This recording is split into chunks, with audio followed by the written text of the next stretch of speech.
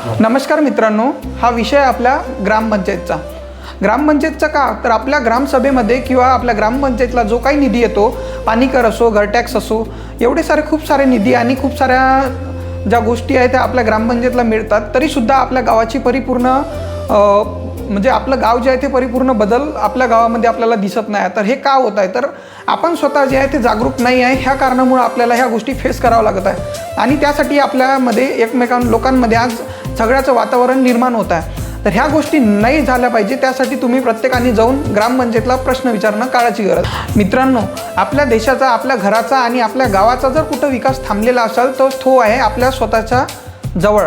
कारण आपण स्वतः एवढे हे निर्लज्ज होऊन गेलेलो आहोत की आपण स्वतः सरकारला असो किंवा गावामध्ये ग्रामपंचायतमध्ये असो, आपण स्वतः प्रश्न विचारत नाही. आपण एकमेकांवर ढवळाढवळीचे काम करत असतो.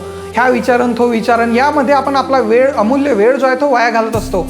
मित्रांनो, सगळ्या गावकरी लोकांनी मिळून सरकारला असो किंवा गावातल्या ग्रामपंचायतमध्ये असो प्रश्न विचारणं ही काळाची गरज आहे. कारण आपण बघतोय की आपला प्रत्येक पावलोपावली आपला जो विकास आहे तो आज थांबलेला दिसतोय.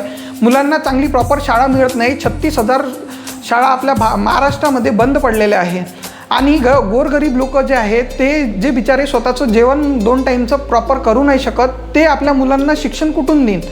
तर मग ह्या जो एवढा मोठा रेशो आहे तो आपण कसा भरून काढणार. कारण आपण बघताय की इथे युवांना बेरोजगारीचा सामना करावा लागत आहे. तर आपलं सरकार जे आहे ते नुसतं धर्म आणि जातीच्या नावावर आपल्याला भुलवण्याचा कार्यक्रम करत आहे. तर ह्या ज्या गोष्टी आपण बघतोय आणि आपल्यासोबत होत आहेत, यासाठी तुम्हाला सर्वात पहिलं जागरूक होण्याची गरज आहे.